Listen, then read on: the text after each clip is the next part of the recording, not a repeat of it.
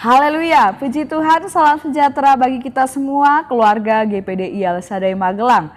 Kita mengucap syukur kembali hari ini kita dapat menikmati kebenaran firman-Nya. Rise up, bangkit, bergerak, berdampak. Puji Tuhan, kita akan membuka Alkitab kita di dalam kitab Mazmur pasal 41. Kita akan membaca ayat 13 dan ayat 14. Sekali lagi, Mazmur 41 ayat 13 dan 14. Demikian firman Tuhan. Tetapi engkau menopang aku karena ketulusanku. Engkau membuat aku tegak di hadapanmu untuk selama-lamanya. Terpujilah Tuhan Allah Israel dari selama-lamanya sampai selama-lamanya. Amin, ya amin. Puji Tuhan, renungan firman Tuhan kita pada hari ini yaitu berjudul Berpegang dan Berserah. Mari kita akan kembali belajar kebenaran firman Tuhan Bapak Ibu bersama-sama sesuai dengan pembacaan Alkitab kita hari ini. Dan mari kita mau terima berkat serta pesan Tuhan di dalam renungan 79 kita. Terlebih dahulu kita akan mengobservasi ayat yang sudah kita baca tadi. Ya Bapak Ibu yang diberkati Tuhan, penulis dari Mazmur ini adalah Daud. Kemudian Daud berbicara tentang orang yang memperhatikan orang lemah dan miskin, dikatakan dalam ayat yang pertama. Dan kemudian di sini Daud berkata bagaimana di dalam ayat 1 dan ayat yang kedua, di sana Ayub mengatakan bahwa orang-orang yang memperhatikan orang lain yang miskin atau orang lain yang lemah itu akan mendapat berkat dari Tuhan bagi kehidupan mereka. Daud juga membahas tentang orang benar yang hidupnya menderita, dikelilingi oleh musuh-musuh, namun tetap percaya kepada pertolongan Tuhan. Ya, jadi inti dari Mazmur Daud ini adalah doa dan pujian yang mengungkapkan kepercayaan di tengah-tengah penderitaan atau di tengah-tengah masa sukar, dan juga permohonan kepada Tuhan di masa sukar tersebut.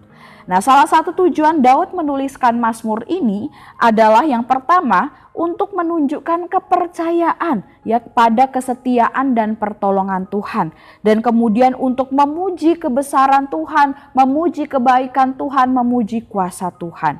Jadi Bapak Ibu, kita dapat simpulkan dalam Mazmur 41 ini merupakan kesaksian iman ya dari Daud, yaitu dia orang yang hidupnya benar di hadapan Tuhan, khususnya di tengah-tengah masa penderitaan yang sedang dia alami.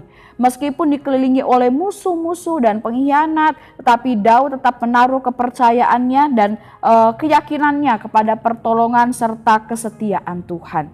Dan interpretasinya Bapak Ibu, apa yang dapat kita pelajari dari Mazmur Daud ini? Nah, Mazmur ini kemudian mengajarkan kita tentang bagaimana respon dan tindakan yang tepat yang harus kita hasilkan, khususnya ketika kita sedang menghadapi masa-masa yang sukar di dalam kehidupan kita. Seperti Daud tadi, ada begitu banyak musuh, ada pengkhianat-pengkhianat, atau ada situasi-situasi yang tidak mengenakan, sakit penyakit dan sebagainya. Namun Daud melakukan dua hal ini di dalam kehidupannya dari Mazmur yang kita sudah baca tadi. Yang pertama, berpegang teguh pada iman akan Kristus. Artinya kita harus memiliki keyakinan yang kuat dan tidak goyah pada ajaran-ajaran kebenaran firman Tuhan, termasuk percaya akan Yesus Kristus sebagai satu-satunya Tuhan dan Juru Selamat serta penolong di dalam kehidupan kita. Nah, inilah yang disebut sebagai iman, dan kita harus berpegang teguh terhadap iman ini. Nah, iman inilah yang menjadi dasar kehidupan bagi orang-orang yang percaya, di mana ada keyakinan bahwa hanya Yesus yang memberikan kekuatan, hanya Yesus yang memberikan pengharapan, hanya Yesus yang memberikan pertolongan, khususnya di tengah-tengah tantangan dan masalah di dalam kehidupan. Dan yang lebih utamanya lagi Bapak Ibu adalah bagaimana iman inilah yang dapat menghantarkan kita kepada keselamatan dan kehidupan kekal bersama Tuhan Yesus itu. Jadi kita tidak hanya ditolong dalam masalah selama kita hidup di dunia ini saja, tetapi ada pertolongan yang jauh lebih besar, ajaib dan sempurna, yaitu pertolongan untuk dapat masuk dalam kerajaan Allah, menikmati kehidupan bersama Allah. Dan semuanya itu bisa kita alami saat kita berpegang teguh terhadap iman kepada Yesus Kristus. 1 Korintus 15 ayat 1 dan ayat 2 bagian A saya bacakan. Dan sekarang saudara-saudara, aku mau mengingatkan kamu kepada Injil yang aku beritakan kepadamu dan yang kamu terima dan yang di dalamnya kamu teguh berdiri. Oleh Injil itu kamu diselamatkan asal kamu teguh berpegang padanya seperti yang telah kuberitakan kepadamu.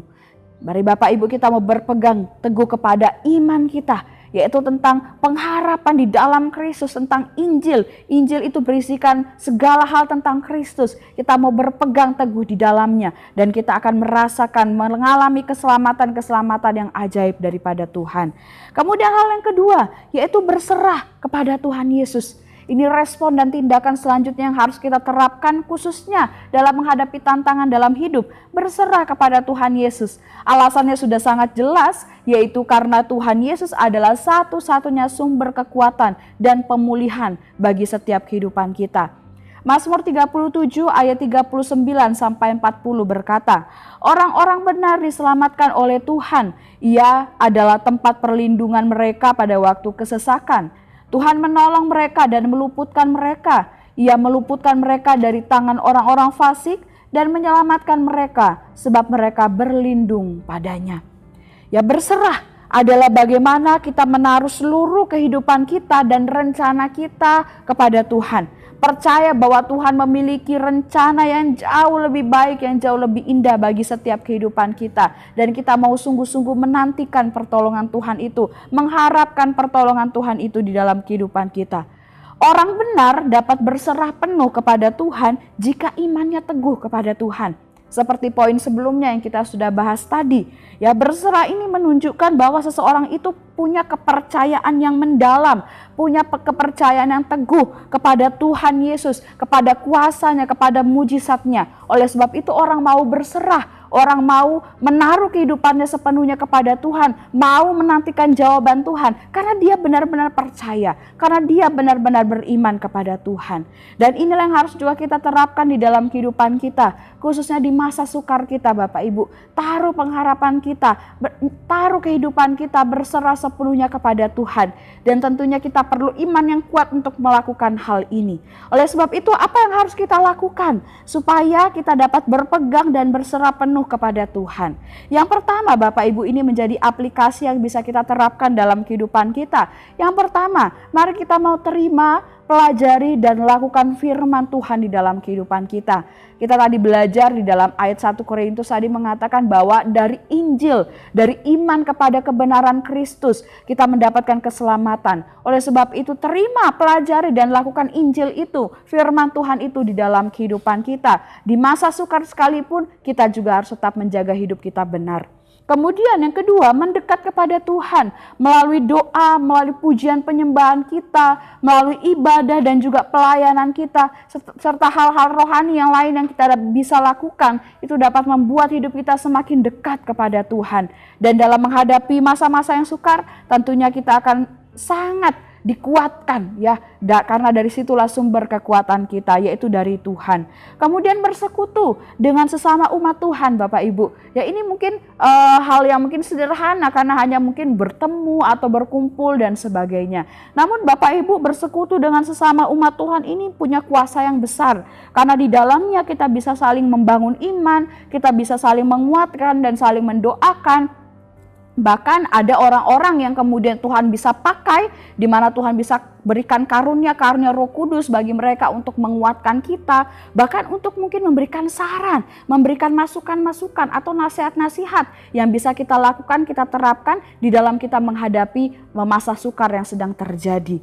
Oleh sebab itu kita perlu membangun persekutuan dengan sesama umat Tuhan, baik dalam ibadah kita, dalam grow-grow yang ada, atau dalam kegiatan-kegiatan rohani yang melibatkan sesama umat Tuhan yang lain. Jadi saat ada pergumulan, jangan kita mengurung diri, menutup diri, tidak mau bertemu dengan orang lain, bahkan tidak mau beribadah. Tapi justru kita semakin dekat mencari Tuhan, ya berkumpul dalam komunitas-komunitas sesama umat Tuhan yang baik, untuk di sana kita dibangkitkan dan dikuatkan. Puji Tuhan, Tuhan Yesus memberkati kita semuanya dari renungan firman Tuhan kita hari ini. Terima kasih bagi Bapak Ibu yang telah mengikuti renungan 79. Bapak Ibu, saudara-saudari yang ingin didoakan untuk pokok doa tertentu atau ingin menceritakan kesaksian, baik mujizat kesembuhan pemulihan masalah keluarga, dan lain-lain dapat disalurkan melalui chat WhatsApp di nomor 0813 2742 0088. Mari kita akan sama-sama berdoa. Kami mengucap syukur Tuhan buat kebenaran firman-Mu yang kami dapat nikmati hari ini. Firman-Mu yang mengajarkan kami untuk berpegang dan berserah penuh hanya kepada Tuhan. Di dalam segala situasi kehidupan kami, hanya Tuhanlah satu-satunya sumber jawaban, sumber pertolongan dalam kehidupan kami. Tuhan, Kau memberkati setiap jemaat Tuhan yang ada di GPD Sadai Magelang. Biarlah hidup kami semakin setia, melayani Tuhan dan semakin cinta mengiring Tuhan. Kiranya keluarga GPD Sadai Magelang tidak menabur dalam daging, tetapi kami menabur dalam roh dan menuai hidup yang kekal dari roh. Terima kasih Tuhan, kami aminkan dan terima firman-Mu dengan penuh ucapan syukur dalam nama Yesus. Haleluya. Amin.